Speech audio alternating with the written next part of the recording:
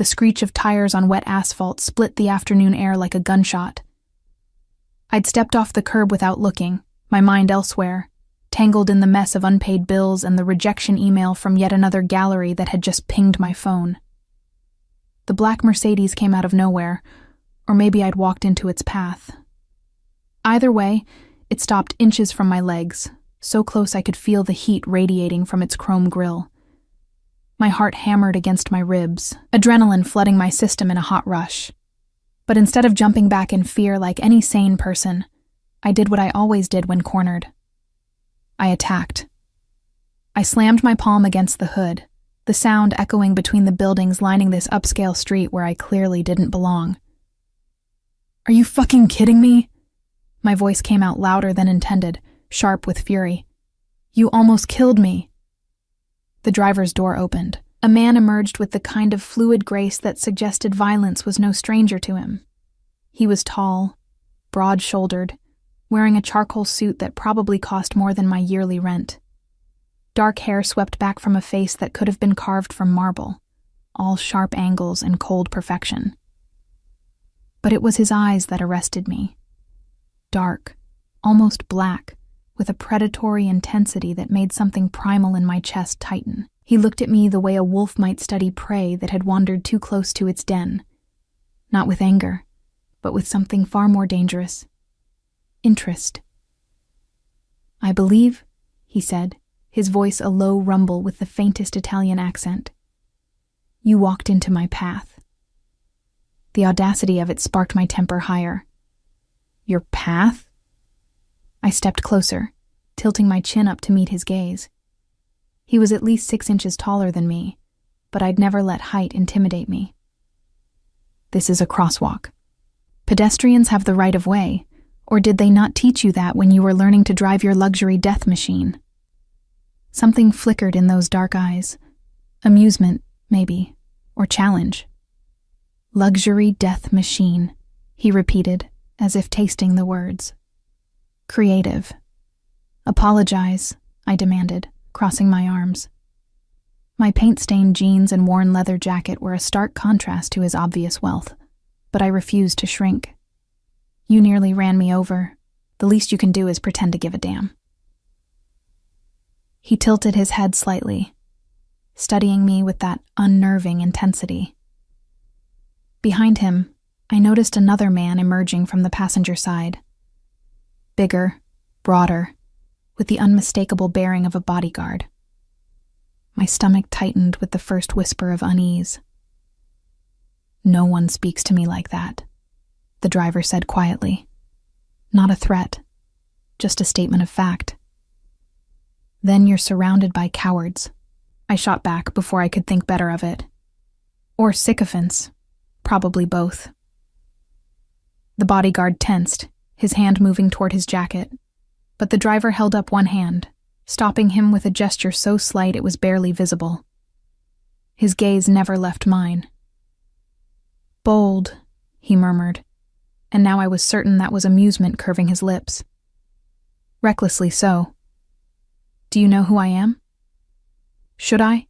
I challenged, even as that whisper of unease grew louder.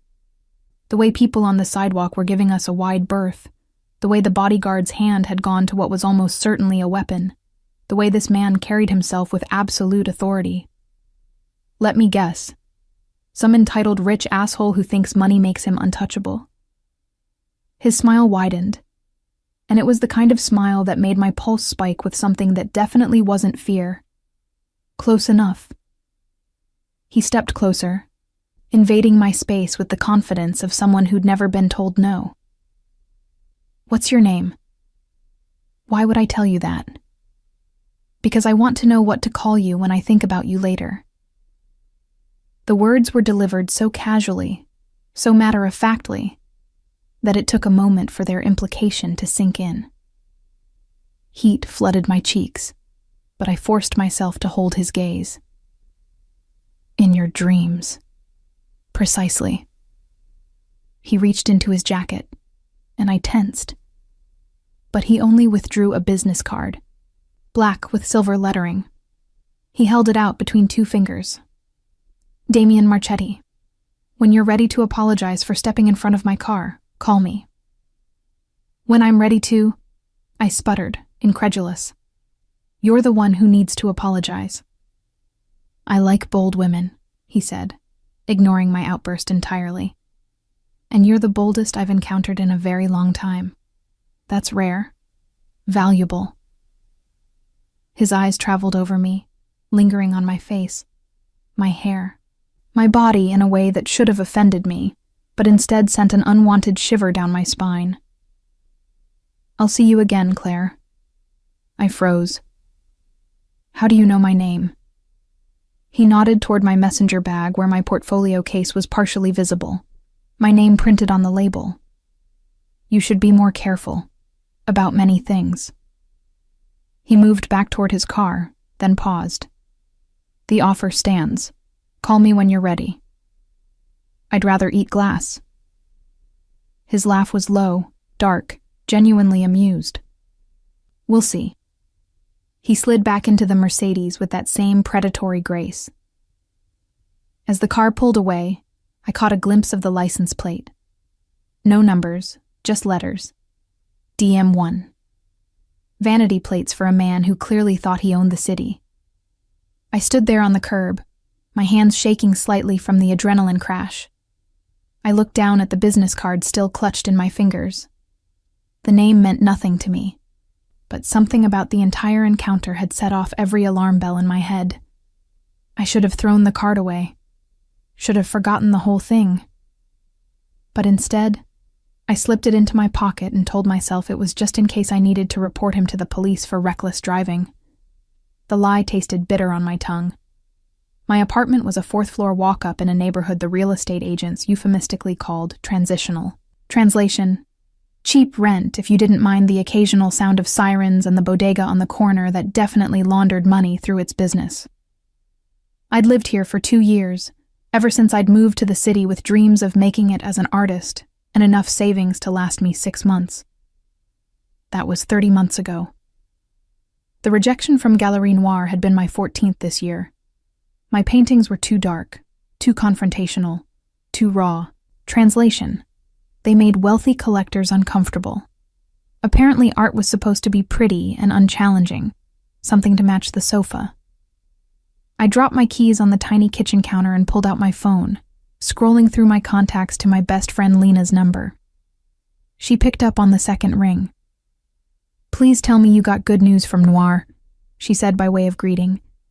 "They said my work was too visceral for their current aesthetic." I kicked off my shoes and collapsed onto my threadbare sofa.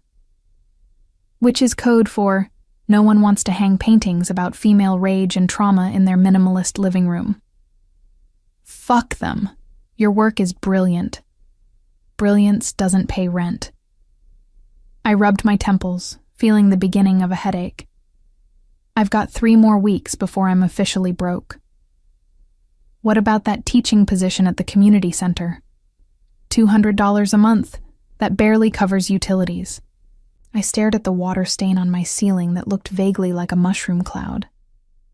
I'm running out of options, Lena. You could always call your parents.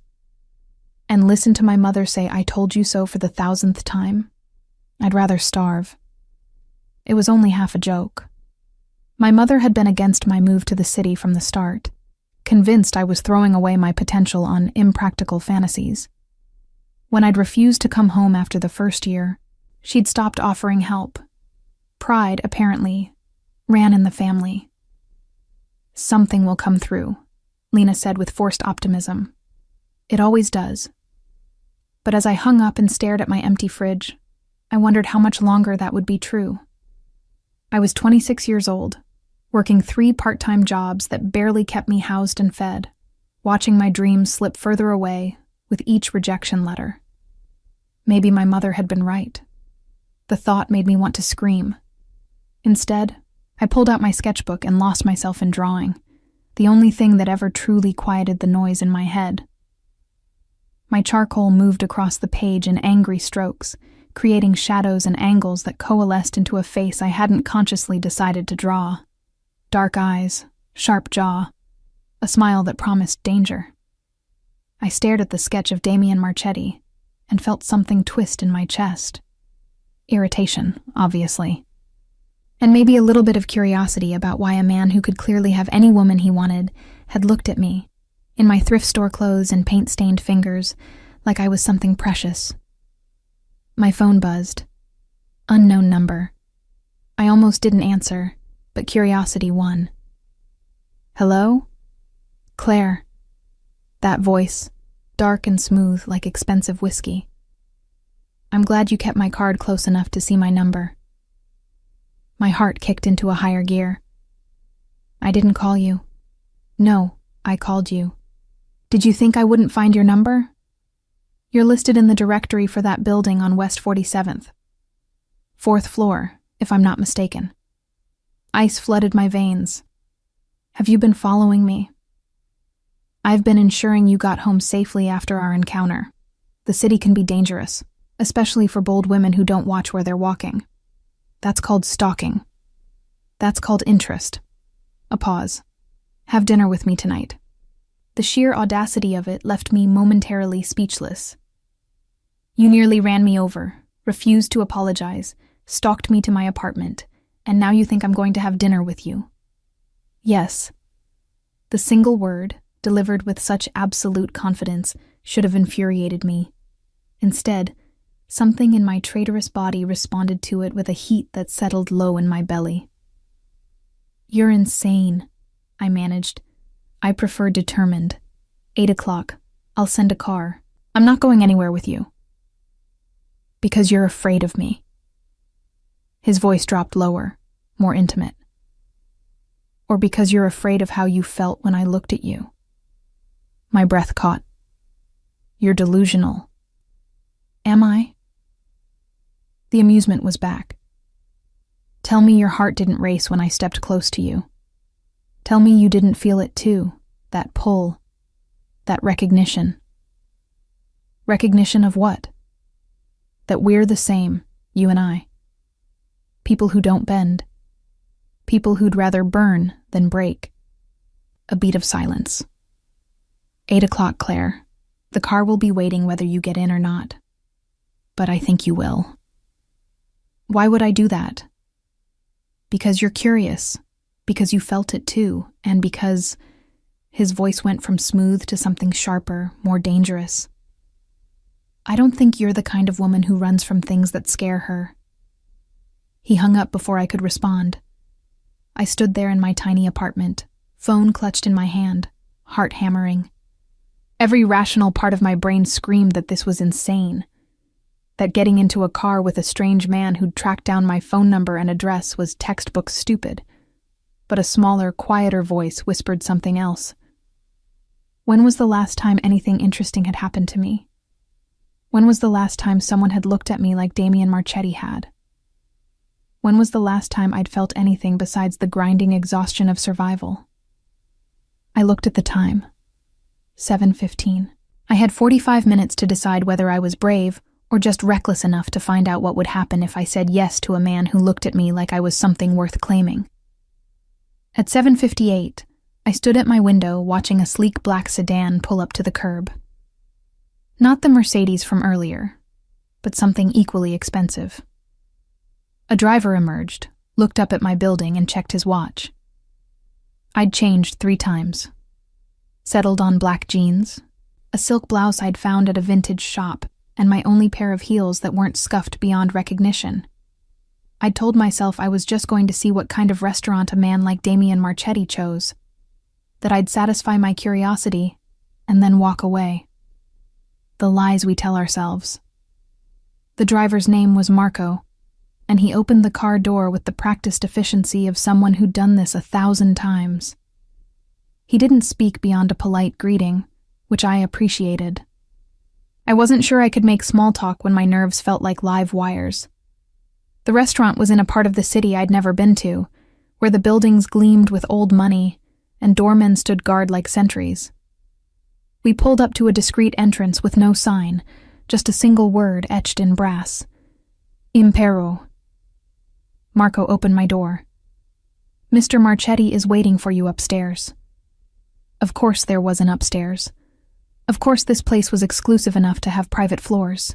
The interior was all dark wood and soft lighting, the kind of understated elegance that screamed wealth. A hostess in a designer dress led me to a private elevator that opened directly into what could only be described as a penthouse dining room. Floor-to-ceiling windows overlooked the city. A single table was set with crystal and fine china, and standing at those windows, backlit by the glittering lights, was Damian Marchetti. He'd changed into a different suit, this one midnight blue that emphasized the breadth of his shoulders. His hair was slightly damp, as if he'd showered recently. When he turned and saw me, something heated and possessive flickered across his face. "You came," he said, moving toward me with that predatory grace. "I'm curious what kind of man stalks a woman and then expects her to have dinner with him. The kind who gets what he wants." He gestured to the table. "Please, sit." I should have walked out, should have told him exactly what he could do with his presumption and his private dining room and his penetrating gaze. Instead, I found myself moving to the chair he pulled out for me. His hand brushed my shoulder as I sat, a touch so brief it might have been accidental. But the electricity that shot through me said otherwise. "Wine?" He poured without waiting for my answer, something red that probably cost more than my monthly rent. "I haven't agreed to stay," I pointed out. "And yet, here you are." He settled into the chair across from me, his dark eyes never leaving mine. "Tell me about your art." The question caught me off guard. "How do you know I'm an artist?" "Your portfolio case. The paint under your fingernails that you tried to scrub off but couldn't quite get clean." His gaze traveled to my hands, and I resisted the urge to hide them. "The way you see the world, it's in everything about you. That's very observant for someone who nearly killed me this afternoon." "I'm a very observant man." He leaned back, the picture of casual confidence. "What do you paint?" "Things that make people uncomfortable." "Good. Art should make people uncomfortable. Comfortable art is just decoration." He sipped his wine. "What was the last piece that made you uncomfortable to create?" I studied him, trying to figure out his angle. Men like him didn't actually care about art. They collected it as status symbols, investment opportunities. But the question seemed genuine. "A series about control," I heard myself say. "About what happens when you give someone power over you, and they abuse it." Something flickered in his eyes. "Personal experience?" "Isn't all art personal?" I deflected. "Yes, but some of us are better at hiding ourselves in our work than others." He set down his glass. "You don't hide, do you, Clare? You put it all out there, raw and bleeding, and dare people to look away." The accuracy of it stole my breath. "You don't know anything about me. I know you're 26. I know you moved here from upstate to pursue art and have been rejected by every major gallery in the city. I know you work 3 jobs that barely keep you housed. I know you haven't spoken to your parents in 8 months. I know you're running out of time and options, and you're terrified that everything you sacrificed might have been for nothing." Ice flooded my veins, then heat, then fury. I stood so abruptly my chair scraped against the floor. "You investigated me?" "I told you. I'm observant." He remained seated, utterly calm in the face of my anger. "And when I want something, I learn everything about it." "I'm not an it," I snapped. "And you had no right." "You walked into my path this afternoon," he interrupted, his voice going dangerously quiet. "You challenged me, spoke to me like no one has in a very long time. Did you think I'd let that go?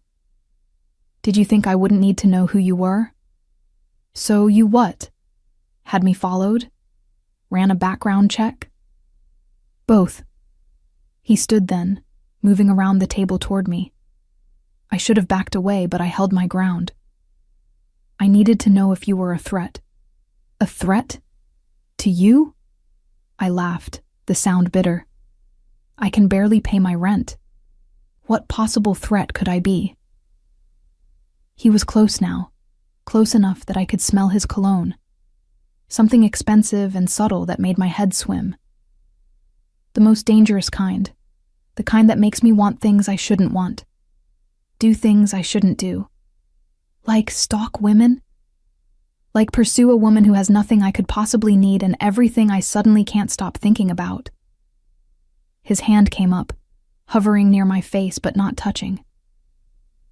You have no idea what you've done. Do you? Enlighten me. You looked at me like I was just a man. Not my name, not my reputation, not my power.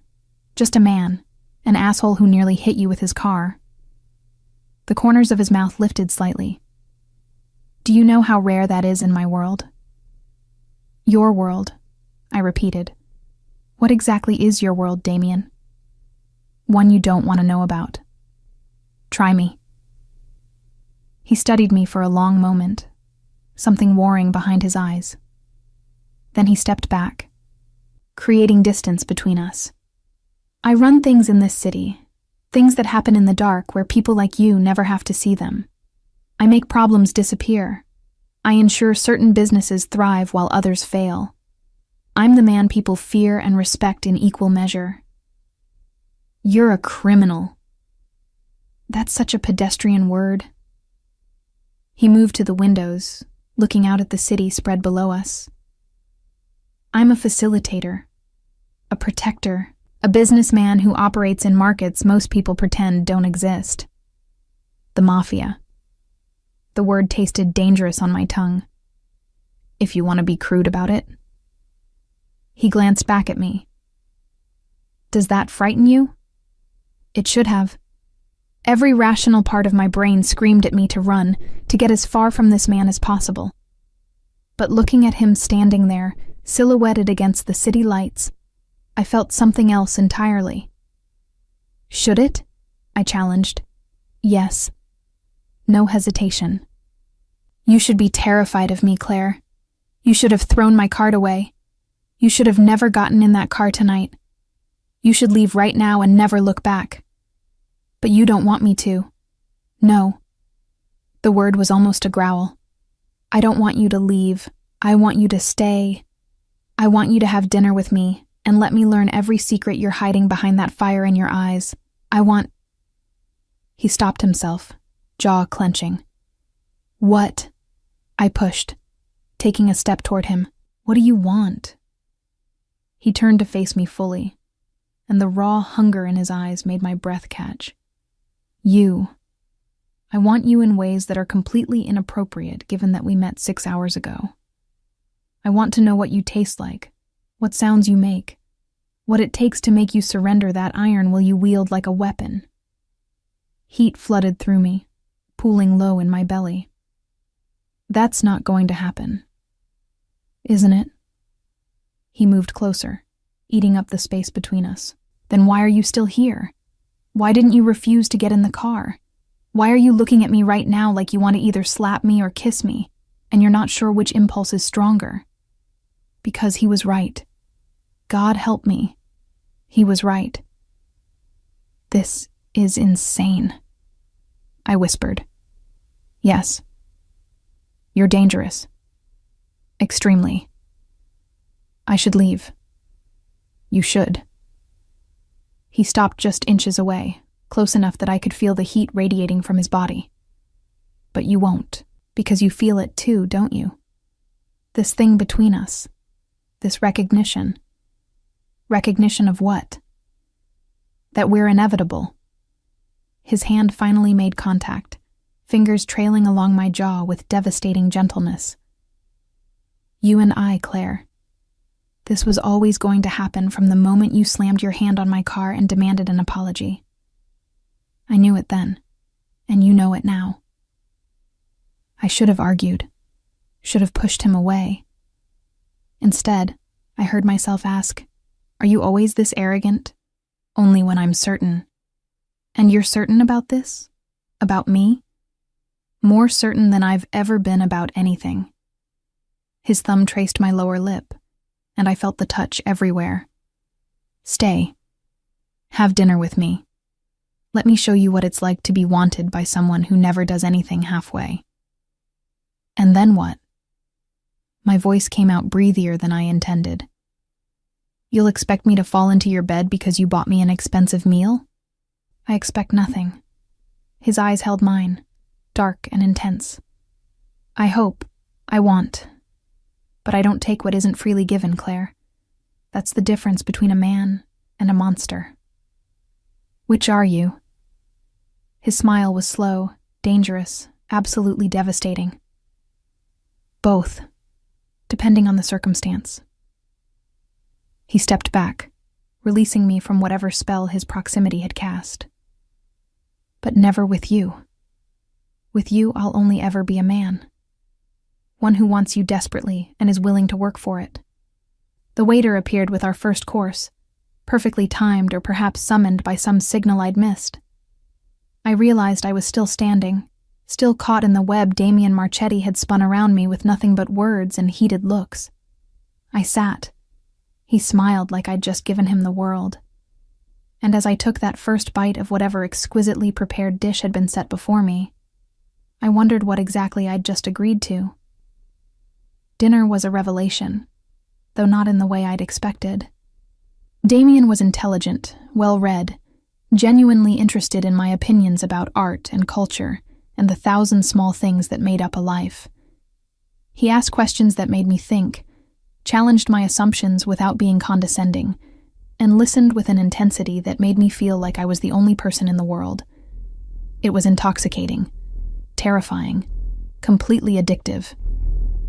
Tell me about the first piece you ever sold, he said over dessert. I hesitated, unsure how he'd react to the truth. But something about the genuine curiosity in his eyes made me answer honestly. I haven't. Sold anything, I mean. 3 years in the city and not a single sale. Why not? Because I won't compromise. I won't make pretty paintings for rich people's walls. I won't sand down the edges to make my work palatable. I pushed my fork through the chocolate something or other on my plate. Apparently that makes me unmarketable, or it makes you an artist with integrity in a world that values neither. He leaned forward. Show me. What? Your work. Tomorrow. I want to see what you create that makes galleries so uncomfortable. Why? Suspicion crept into my voice. So you can buy something and make me feel like you're rescuing me? I don't need charity. Good. Because I don't give charity. I invest in things of value. His eyes held mine. And I have a feeling your work is extremely valuable. Claire. Just not to the right people yet. And you're the right people. I'm someone who appreciates things that make others uncomfortable. That challenge. That refuse to be tamed. His lips curved. Seems fitting, doesn't it? I wanted to say no. Wanted to tell him I didn't need his interest, or his investment, or whatever game he was playing. But the truth was, I was desperate. 3 weeks until I couldn't make rent. 3 years of work gathering dust in my studio apartment because no one wanted to see it. Fine, I heard myself say. Tomorrow. But I'm not promising anything. Neither am I. But the satisfaction in his eyes said otherwise. Marco drove me home just before midnight. Damian walked me to the car, his hand at the small of my back, a touch that felt possessive and protective in equal measure. I'll send a car at 10, he said. I can take the subway. You could, but you won't. Because I want to know you're safe. And the subway at 10 in the morning is anything but. You're very controlling. I prefer thorough. He opened the car door for me, but before I could get in, his hand caught my wrist. Claire. I looked up at him. This dangerous man with his tailored suits and his criminal empire and his devastating focus. What? Thank you for staying tonight, for giving me a chance despite every reason not to. The sincerity in his voice caught me off guard. Don't make me regret it. I'll try not to. He released my wrist, fingers trailing across my pulse point. Sleep well, as if I'd be able to sleep after a night like this. The car arrived at 9:50. I'd spent the morning in a panic, trying to decide what to show him, what would make him understand that my work wasn't just decoration. Finally, I'd settled on my most recent series. 5 paintings that explored power dynamics, control, the thin line between protection and possession. Looking at them now, I wondered if I'd subconsciously been painting him before I'd even met him. The car took me to an address in the financial district. A gleaming tower of steel and glass with Marchetti Industries etched in platinum letters above the entrance. Of course, he had a legitimate business front. Men like him always did. Marco escorted me to a private elevator that opened directly into a penthouse office that took my breath away. Floor-to-ceiling windows offered a panoramic view of the city. The space was all dark wood and leather, masculine and powerful, with artwork on the walls that I recognized as original pieces by artists I'd studied in school. And standing at those windows, phone pressed to his ear, was Damian. He was speaking rapid Italian, his voice hard and cold in a way I hadn't heard before. This was the other side of him, the one that ran a criminal empire, the one who made problems disappear. He noticed me and held up one finger. Wait. I waited, taking in the space. There was a sitting area with leather chairs that probably cost more than my yearly income, a bar stocked with bottles I couldn't afford a single pour from, and the art. God, the art was stunning. Pieces that challenged and confronted and refused to be ignored. He liked difficult art, just like he apparently liked difficult women. The thought made something warm unfurl in my chest. Mi dispiace, he said into the phone, his voice dropping to something dangerous. But if Santoro thinks he can move product through my territory without paying his percentage, he's more stupid than I thought. Make it clear what happens to people who disrespect our agreements. I want his kneecaps, not his life. Yet. He hung up and turned to me, his expression shifting from cold fury to something warmer in an instant. Claire, I apologize for that. Making someone pay their debt? I tried to keep my voice light, though my heart was hammering. Something like that. He crossed to me, his gaze moving to the portfolio case I'd brought. Is that them? The paintings, yes. I suddenly felt vulnerable, exposed in a way I hadn't anticipated. But maybe this was a mistake. You're clearly busy, and show me. It wasn't a request. I set up the canvases on the easels I'd found waiting in his office, obviously prepared for this purpose. As I revealed each one, I watched Damian's face for his reaction. The first piece was a woman bound in golden chains, her expression not fearful but defiant. The second showed 2 figures locked in an embrace that could have been love or violence, the line deliberately blurred. The third depicted a throne made of broken promises, empty and waiting. The fourth was my favorite, a man and woman facing each other across a chessboard where the pieces were their own hearts, bleeding onto the squares. The fifth, I'd almost left behind. It was the most raw, the most personal. A woman standing at the edge of a cliff, wings unfurling from her back, caught in the moment before flight or fall. Damian stood before each painting in silence, his expression unreadable. Minutes passed. My anxiety grew with each second of quiet. Finally, he spoke. These are extraordinary. You're just saying that. I never just say anything. He moved to stand before the final painting, the woman with wings. This one. Tell me about it. It's about the moment before you make a choice that changes everything. The moment where you could still go back to safety or leap into the unknown. Which did she choose? I don't know yet. The truth felt important. I painted it last week, and I still don't know. He turned to look at me, his dark eyes intense. I think you do know. I think you chose the moment you got in the car last night. My breath caught. You're reading too much into it. Am I? He moved closer, eating up the space between us with that predatory grace. You paint what you feel, Clare, what you fear and want in equal measure. And this, he gestured to the painting, this is you standing on that cliff, wondering if I'm the fall or the flight. That's... I started to protest, but the words died as he stopped just inches away. Which am I? His voice was low, intimate. Your destruction or your liberation? I don't know yet. Then let me show you. His hand came up to cut my face, thumb stroking my cheek with devastating gentleness. Let me prove that I can be both, that I can give you everything you need and everything you've been too afraid to want. This is insane, I whispered. We barely know each other. I know enough.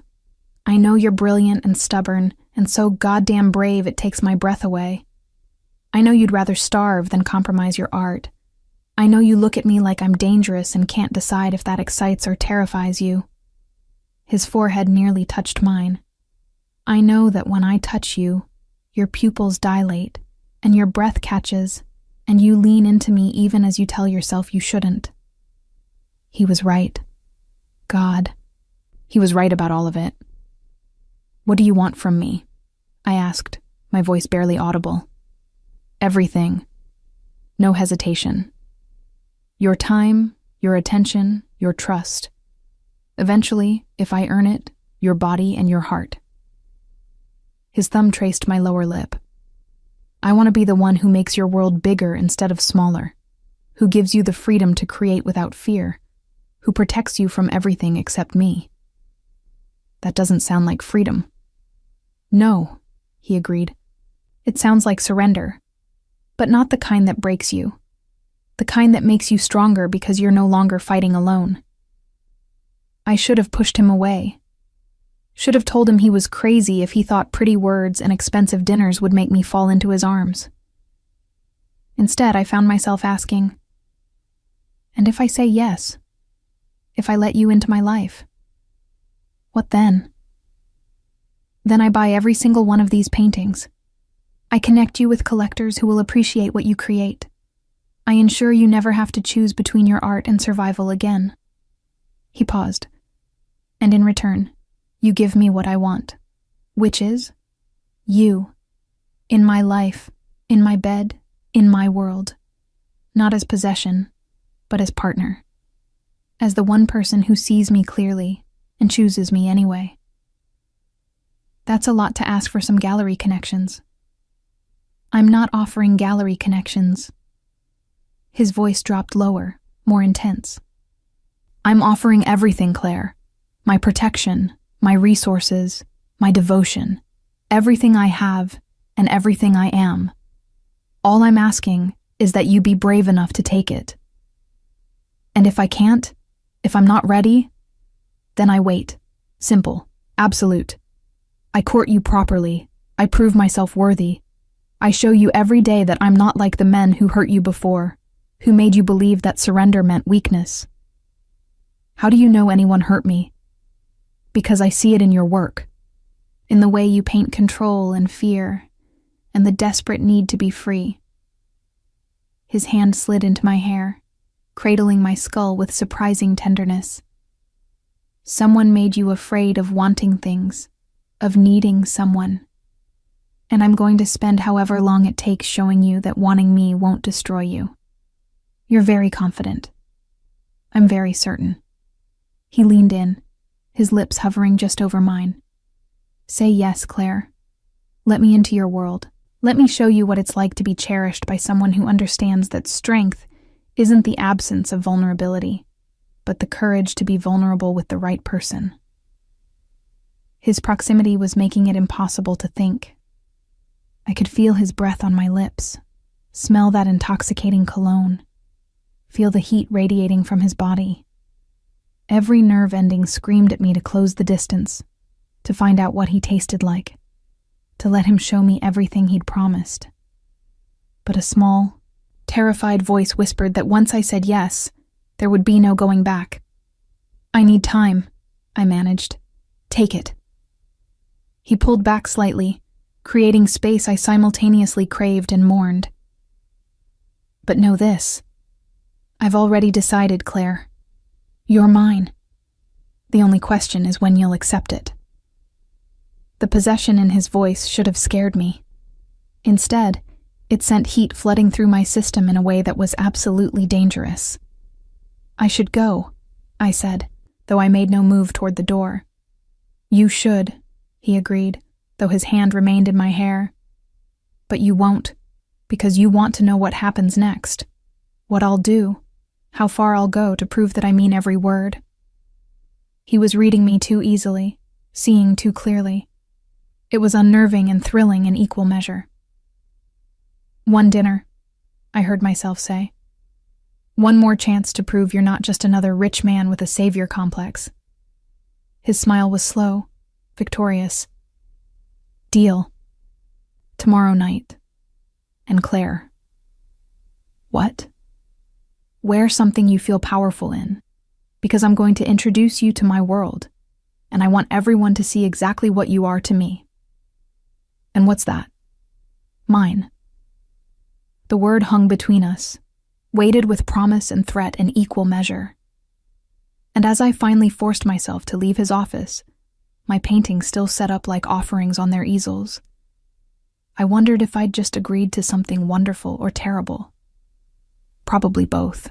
The dress arrived at my apartment the next afternoon, delivered by a woman in a pristine suit who introduced herself as Sophia, Damian's assistant. She carried a garment bag and a smaller box, both marked with the logo of a designer I'd only ever seen in fashion magazines. "Mr. Marchetti thought you might appreciate some options for this evening," Sophia said, her professional smile never wavering. He was very specific about the style. Powerful but not ostentatious. Elegant but not delicate. I should have refused. Should have sent it all back with a message that I could dress myself. But curiosity won, and when Sophia left, I unzipped the garment bag. The dress was stunning. Deep emerald green silk that would complement my dark hair and pale skin. The cut was sophisticated, with a high neck but an open back that plunged dangerously low. It would hug my curves while still allowing movement, making me feel like a weapon wrapped in silk. He'd chosen perfectly. I hated that he knew me this well already. The smaller box contained shoes, delicate heels in black with emerald accents, and a simple necklace of white gold and diamonds that was somehow more devastating in its simplicity than anything ostentatious would have been. There was a note in his handwriting. Strong, decisive strokes that matched everything else about him. "You would have looked stunning in anything, but I wanted you to feel as powerful as you are, D." I stood there in my tiny apartment, surrounded by the evidence of his wealth and power and devastating attention to detail, and felt something inside me shift. This wasn't just attraction or curiosity anymore. This was something deeper, more dangerous. This was the cliff's edge, and I was already leaning into the fall. Marco arrived at 7:30. The drive took us to a part of the city I'd never been, where old money lived behind iron gates and manicured hedges. We pulled up to a mansion that looked like it had been transported from a European estate, all stone and glass with lights glowing warm in the gathering dusk. "Mr. Marchetti is hosting a small gathering tonight," Marco said as he opened my door. "Associates and their wives. He wants to introduce you." My stomach tightened with nerves. What kind of associates? Marco's expression remained neutral. The kind who respect power and loyalty above all else. Translation: criminals. I was about to be introduced to Damian's world, the dark underbelly where he ruled. The interior of the house was breathtaking. Marble floors, crystal chandeliers, artwork that belonged in museums. And everywhere, people. Men in expensive suits with hard eyes and beautiful women who wore their designer dresses like armor. Damian found me the moment I entered, as if he'd been waiting. He crossed the room with that predatory grace, his dark eyes traveling over me in a way that made heat pool low in my belly. "Clare," he breathed, taking my hand and bringing it to his lips. "You're stunning." "You chose well," I managed, hyper-aware of the eyes watching us. "I chose what would make you feel invincible." He tucked my hand into his arm, anchoring me to his side. "Come, there are people I want you to meet." The next hour was a blur of introductions. Antonio Ricci, who controlled the waterfront. His wife Gabriella, whose smile never quite reached her eyes. Marco Santoro, the man Damian had threatened on the phone, now deferential and polite. Vincent DeLucci, whose reputation for violence preceded him, yet who kissed my hand with old-world courtesy. They all treated me with respect, but I could see the calculation in their eyes. Who was I? Why had Damian brought me here? What did it mean? "They're wondering if you're temporary or permanent," Damian murmured in my ear as we moved through the crowd. "If you're just another woman or something more." What should I tell them? Nothing. Let them wonder. His hand on my waist tightened possessively, though I'll make it clear soon enough. Dinner was served in a formal dining room that seated 30. Damian had me beside him at the head of the table, a position that wasn't lost on anyone.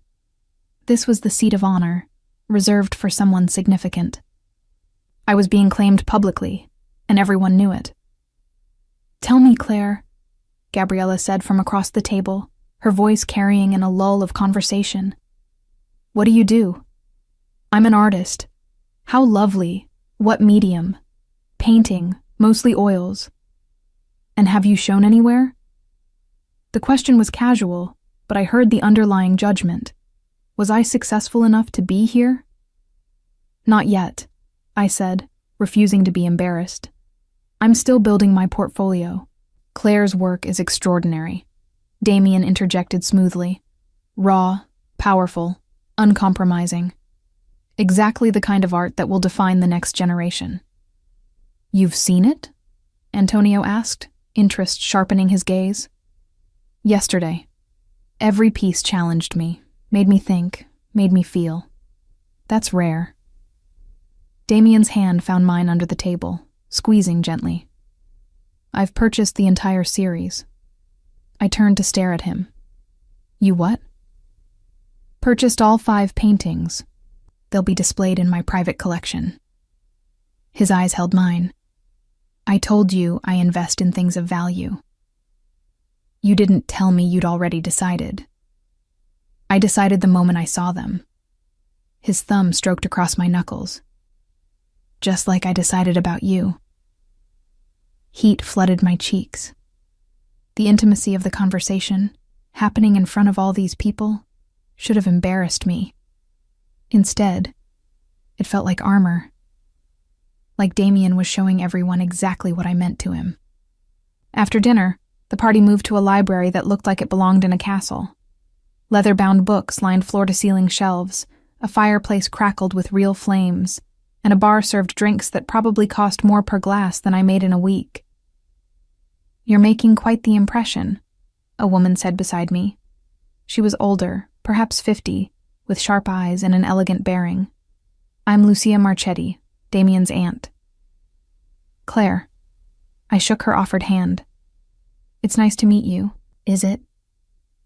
She studied me with unsettling intensity. "Most women who meet the family are either terrified or calculating. You seem neither." "Should I be?" "That depends on whether you're serious about my nephew or just enjoying the perks." "No judgment, just curiosity." "He doesn't bring women home, Clare. Ever. In the 15 years since his father died and he took over the family business, you're the first woman to sit at his right hand at dinner. The first to be introduced to associates. The first to matter." My heart hammered. We barely know each other.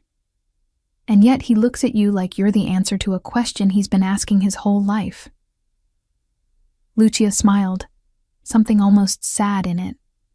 "Be careful, dear. Marchetti men love with an intensity that can consume. Once Damian decides you're his, he won't let go." no matter the cost. Before I could respond, Damian appeared at my side. "Zia Lucia, I hope you're not scaring Clare away. Just making sure she understands what she's getting into." Lucia patted his cheek affectionately. "Be good to this one, Damian. She's different." "I know."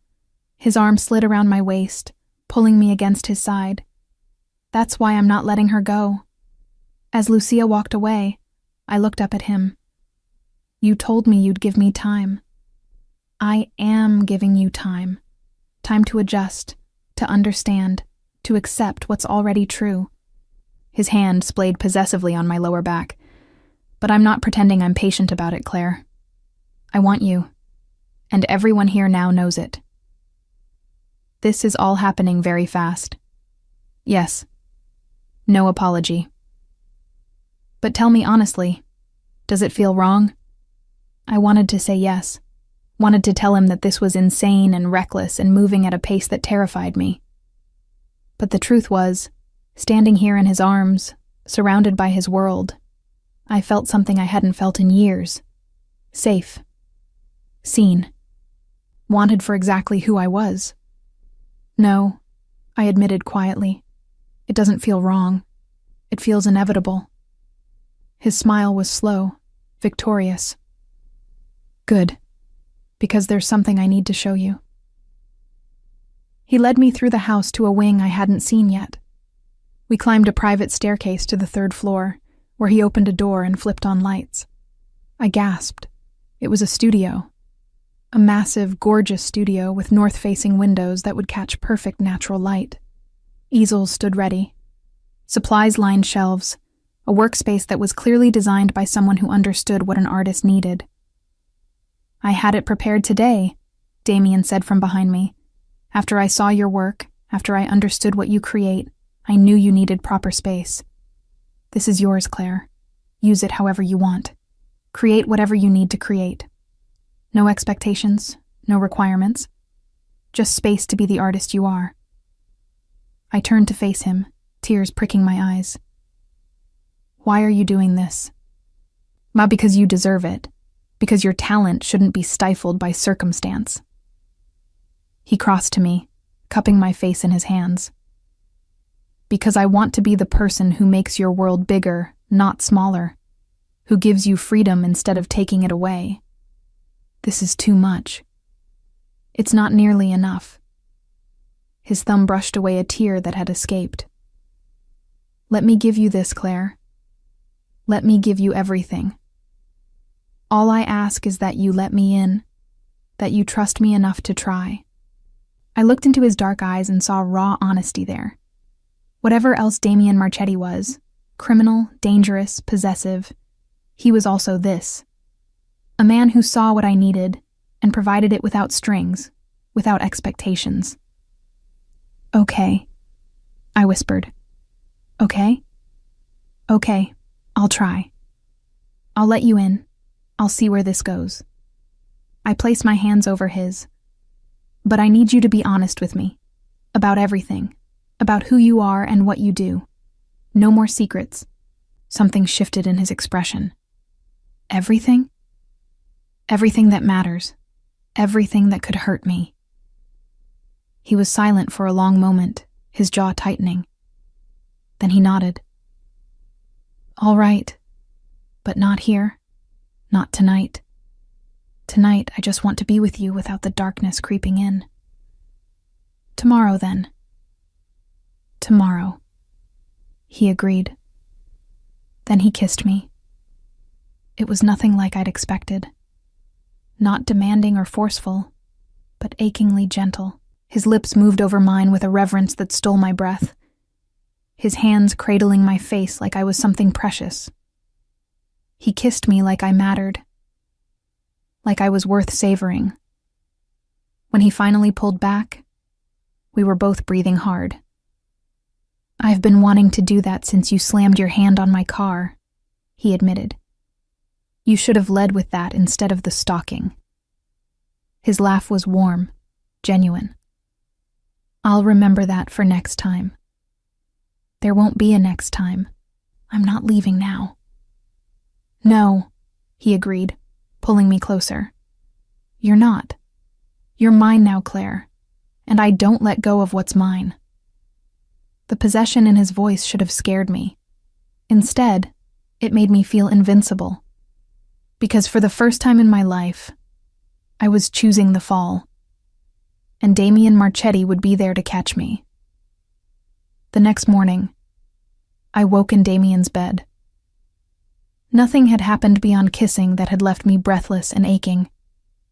But he'd refused to let me leave. Stay, he'd murmured against my lips. I want to wake up with you here. So I had. And now in the early morning light streaming through floor-to-ceiling windows, I watched him sleep. He looked younger like this, the hard edges softened by rest. His dark hair was messed from my fingers running through it during those endless kisses. His jaw, which he shaved twice a day, showed the shadow of stubble. He was beautiful and dangerous and mine. The thought should have terrified me. Instead, it felt like coming home. His eyes opened, focusing on me immediately. You're staring. You're worth staring at. A slow smile curved his lips. Careful. Compliments like that will go to my head. Your ego doesn't need any help. No, he agreed, reaching for me and pulling me against his chest. But I like hearing it from you anyway. I settled into his warmth, my head tucked under his chin. This casual intimacy felt natural in a way nothing in my life ever had, like we'd been doing this for years instead of days. You promised honesty today, I reminded him. His body tensed slightly. I did. So tell me. Everything. What you really do. Why people fear you. What I'm getting into by being with you. He was quiet for so long I thought he might refuse. Then he sighed, his arms tightening around me. My family has been in organized crime for 4 generations. Started with my great-grandfather who came from Sicily with nothing and built an empire through protection, gambling, smuggling. Each generation expanded, legitimized some operations while maintaining others in the shadows. What do you control now? The ports, half the construction in the city, several casinos and nightclubs, protection services for businesses who want to operate without interference from other families. He paused. And some things I won't tell you about because knowing would make you complicit. Drugs? I don't touch narcotics. Too much collateral damage. But I do handle weapons, information, influence. His voice was matter of fact, as if discussing a normal business. I ensure certain politicians get elected. I make problems disappear for people who can afford my services. I maintain the peace between families through whatever means necessary. Violence, when required, yes. I should have been horrified, should have pulled away from him immediately. But lying there in his arms, I found I couldn't muster the outrage. Maybe because I'd grown up watching people with legitimate power abuse it legally. At least Damian was honest about what he was. Have you killed anyone? The question escaped before I could stop it. Yes. The simple answer sent a chill through me. Why? Because they threatened what was mine. Because they broke agreements that keep this city from descending into war. Because sometimes violence is the only language certain people understand. His hand stroked down my back. Does that frighten you? It should. But it doesn't? I don't know. I pulled back to look at him.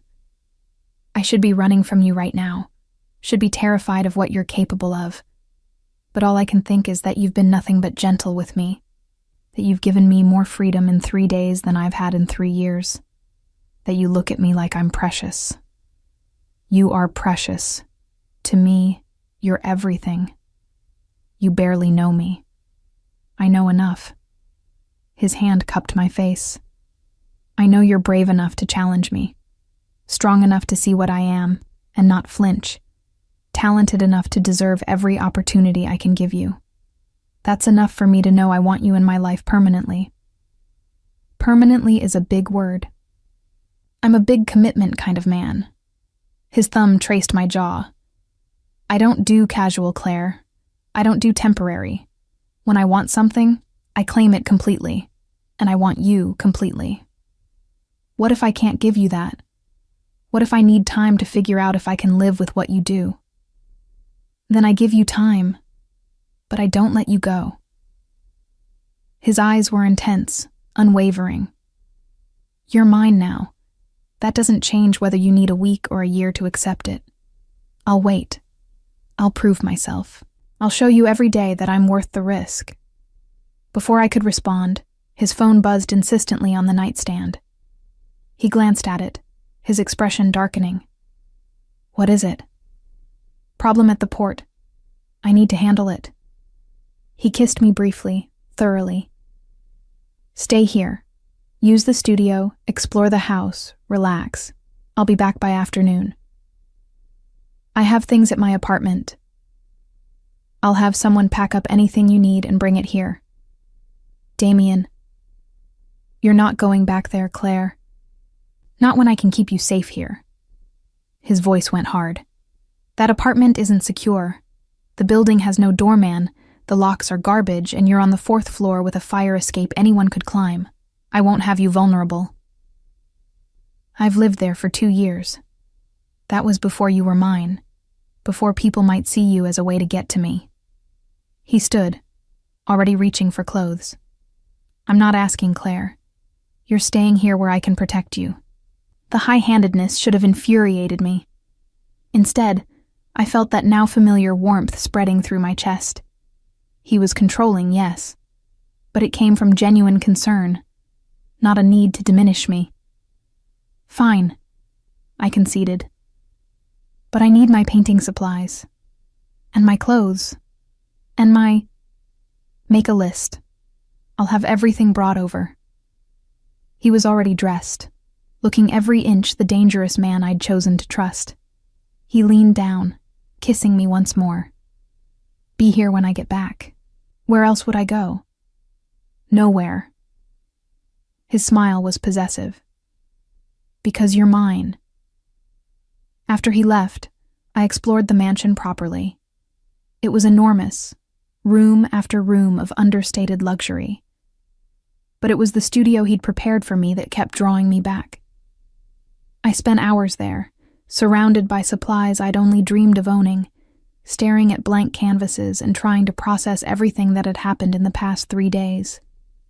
3 days. That's all it had been since Damian Marchetti had nearly run me over and turned my entire world upside down. I should have been terrified, should have been running. Instead, I found myself picking up a brush and beginning to paint. The image that emerged was him.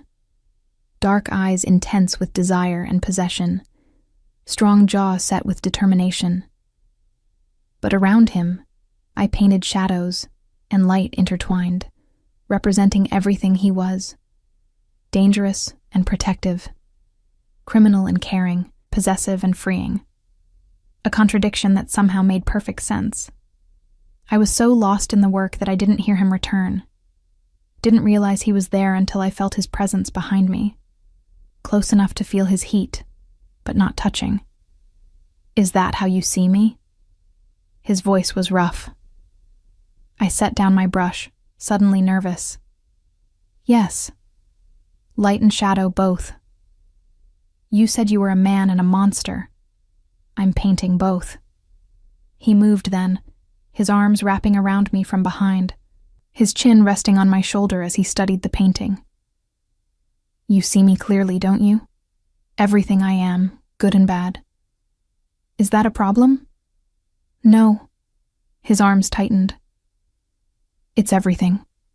Most people see what they want to see or what they fear. You see the truth. And what truth is that? That I'm dangerous but not to you. That I'm capable of violence but use it to protect, not destroy without reason. That I want to possess you, but only because the alternative, existing without you, is unbearable. I turned in his arms, looking up at him. You're moving very fast for someone who claims to be giving me time. I'm being honest. There's a difference. His hand slid into my hair. I could lie, pretend to be patient, hide how completely I want you, but that would be dishonest, and you asked for honesty. This is honestly?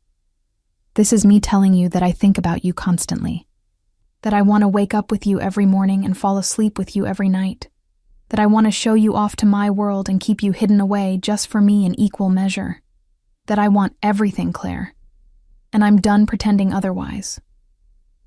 What if I'm not ready for everything? Then I take what you can give and wait for the rest. His forehead pressed to mine. But I'm not letting you go. I'm not pretending this is casual. I'm claiming you openly, publicly, completely. And if that scares you, good. Be scared. Be uncertain. But don't run. Trust me enough to stay. Why? The question broke from me. Why me? You could have anyone. Someone from your world who understands it, who's prepared for it. I don't want anyone from my world. I want you. The woman who looked at me with fire instead of fear, who challenged me instead of fawning, who sees exactly what I am and is brave enough to stay anyway. His hands framed my face. You're real, Claire. In a world of artifice and calculation, you're genuine. And I've been waiting my whole life for real. Tears pricked my eyes. I don't know how to do this. How to be with someone like you. Then learn. With me. Let me teach you my world while you teach me yours. Let us figure this out together. He kissed me softly. I'm not asking for perfection. I'm asking for trust, for time, for a chance to prove that I can be what you need. And what do I need? Someone who makes you feel safe enough to be dangerous. Someone who sees your fire and fans the flames instead of trying to extinguish them. Someone who wants you exactly as you are, sharp edges and all. His thumb brushed away a tear. Someone who loves you. My breath caught. Love? We've known each other 3 days. Love doesn't run on schedules, Claire. It just is. His eyes held mine, dark and intense and absolutely certain. I love you. I loved you from the moment you slammed your hand on my car and demanded an apology. I loved you more when you challenged me at dinner. I loved you completely when I saw your paintings and understood your soul. This isn't infatuation or obsession. This is recognition. Of finding the person who fits the empty spaces you didn't know existed. That's not possible. Tell me you don't feel it too. His voice dropped to a whisper. Tell me you don't lie awake thinking about me, that your heart doesn't race when I'm near, that you don't feel this pull between us like gravity, inevitable and inescapable. Tell me, and I'll back off. I'll give you space. But you can't, can you? Because you feel it too. He was right. God help me. He was right about all of it. I'm terrified, I admitted. Good. Be terrified. I am too. His confession surprised me. I'm terrified of what you make me feel, of how completely I want you, of what I'd do to keep you safe, of how easily you could destroy me if you wanted.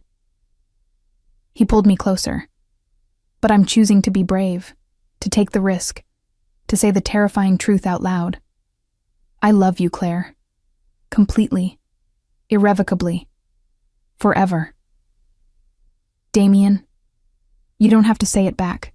Not until you mean it. Not until you're sure. He kissed me again, deeper this time, more urgent. Just don't leave. Stay with me. Let me show you every day what it means to be loved by someone who'll burn the world down before letting anyone hurt you. And as he carried me from the studio to his bedroom, as he laid me down on silk sheets and worshipped my body with a reverence that stole my breath, as he murmured Italian endearments against my skin and made me shatter in his arms, I realized something terrifying and wonderful.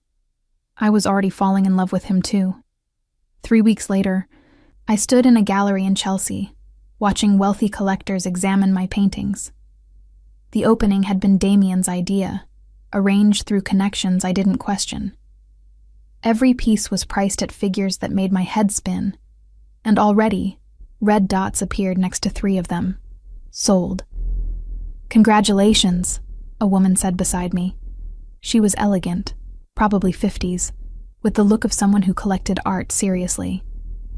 "Your work is extraordinary. The way you capture power dynamics, it's visceral. Thank you." "Is it autobiographical?" "The painting of the woman with wings, particularly. It feels deeply personal." I glanced at the piece in question. The woman at the cliff's edge, caught between falling and flying. I'd painted it before meeting Damian, but looking at it now, I understood it differently. It was when I created it, but the answer has changed. She jumped? She flew. I smiled. Turns out they're the same thing when you're brave enough. The woman smiled back and moved on to examine the next piece. I felt Damian's presence before his arm slid around my waist. "You're a success," he murmured in my ear. "Just like I knew you would be." "Because you arranged it. Because you're talented. I just provided the platform." His lips brushed my temple. "Are you happy?" I looked around the gallery, at my paintings on these pristine white walls, at people actually paying attention to my work, discussing it, valuing it, at the red dots multiplying, at the life I'd been building in Damian's world. "Yes," I admitted. "I'm happy, terrified and uncertain and still figuring things out, but happy." "Good." His hold tightened possessively. "Because I have something I need to ask you." "What?" He pulled back slightly, his dark eyes serious. "Move in with me, officially. Not just staying at my house, but making it our home. Your studio, your space, your life, tangled completely with mine." My heart stuttered. "Damian, I know it's fast. I know you need time. But I also know that I want to wake up with you every morning.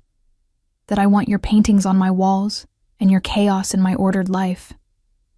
That I want everything, Clare. And I'm done pretending I'm patient about it. You're supposed to be giving me time to adjust. I've given you 3 weeks. In that time, you've painted 12 new pieces, had a gallery opening, met everyone important in my life, and let me make love to you more times than I can count." His thumb traced my jaw. "How much more time do you need to know this is real?" "It's not about time." I struggled to find words. "It's about being sure. About knowing I can live with what you do. With the danger. With the constant awareness that you're not just a man, but a king in a world I barely understand." "And have you decided? Can you live with it?" I thought about the past 3 weeks. About learning Damian's world from the inside. About meeting his associates, understanding the codes they lived by, seeing how he maintained peace through a combination of respect and fear. About watching him be ruthless with enemies and tender with me. About feeling safer with a criminal than I'd ever felt with anyone legal. "Yes," I said finally. "I can live with it, because I love you." The words hung between us, weighted with everything they meant. His eyes darkened, something fierce and possessive flashing across his face. "Say that again." "I love you." Stronger this time, more certain. "I love you despite every reason I shouldn't. I love that you're dangerous to everyone but me. I love that you see my fire and fan the flames. I love that you claim me openly and protect me fiercely. I love you, Damian Marchetti. Completely." He kissed me then, right there in the gallery with a dozen people watching. Kissed me like I was oxygen and he'd been drowning. Kissed me with a passion that left me breathless and clinging to him. When he finally pulled back, we were both breathing hard. "Marry me," I blinked. "What?" "Marry me. Be my wife, officially. Legally, in every way that matters. Let me claim you before God and the world." His hands framed my face. I know it's fast. I know it's insane. But I don't care. I want you permanently, Clare. I want you wearing my ring and bearing my name and knowing that you're mine forever. Damian, don't answer now. Think about it. Take the time you need. He pressed a kiss to my forehead. But know that I'm not asking lightly. When I say forever, I mean it. When I say mine, I mean it. I'm offering you everything I am and everything I have.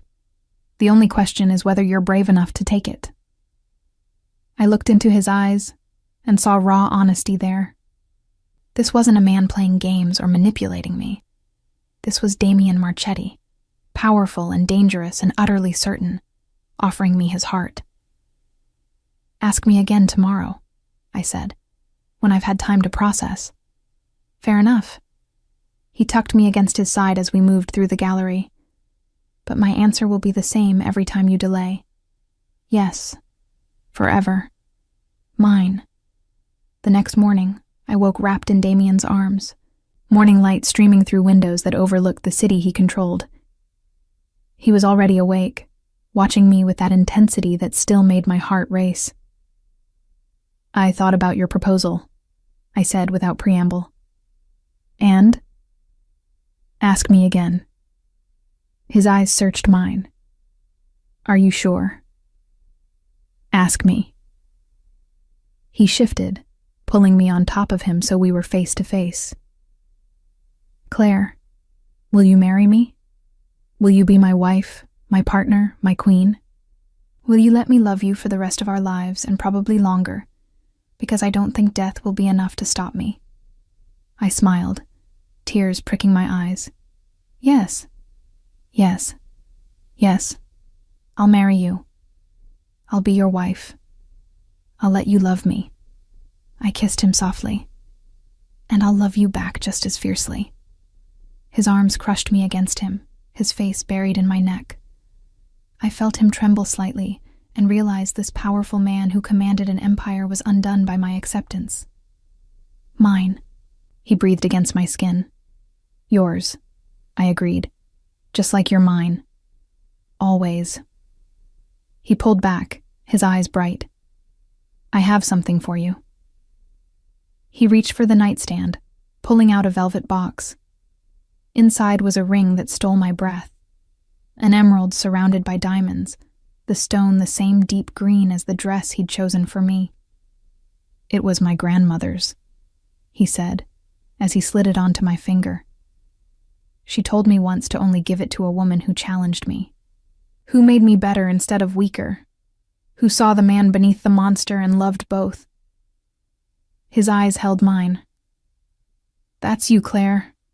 You're everything she hoped I'd find." I looked at the ring, then back at him. "I love you. I love you too. More than I thought possible." He pulled me down for a kiss. "You're mine now, Clare. Forever." "Forever," I agreed. And as he made love to me with the morning sun painting us both in gold, as he murmured promises against my skin and made me shatter in his arms, I understood something profound. I'd run into his path by accident, had challenged him without thinking, had let him chase me without meaning to be caught. But somewhere along the way, the chase had become a dance, the danger had become safety, the possession had become partnership. Damian Marchetti had claimed me as his, yes, but I'd claimed him right back. And in that mutual claiming, we'd found something rare and precious. Love that didn't shrink you but made you bigger. Safety that came from being seen completely. Freedom that came from surrendering to someone who'd protect that freedom fiercely. "What are you thinking?" Damian asked, tracing patterns on my bare shoulder. "That I almost got hit by a car 3 weeks ago and ended up finding everything I didn't know I needed. Best accident of both our lives." His smile was slow, satisfied, though I maintain you walked into my path on purpose. "I did not. Subconsciously then. Your soul recognized mine before your mind caught up." That's ridiculous. And yet, here we are. He pulled me closer. Engaged, in love, planning a future. Tell me that's not fate. I couldn't, because looking at him, at this dangerous, beautiful man who'd turned my world upside down, I believed in fate for the first time in my life. I love you, I said again, because I couldn't say it enough. I love you too. He kissed me softly. My bold, brave, beautiful Clare. Mine forever. Yours forever, I agreed, and meant it with every fiber of my being.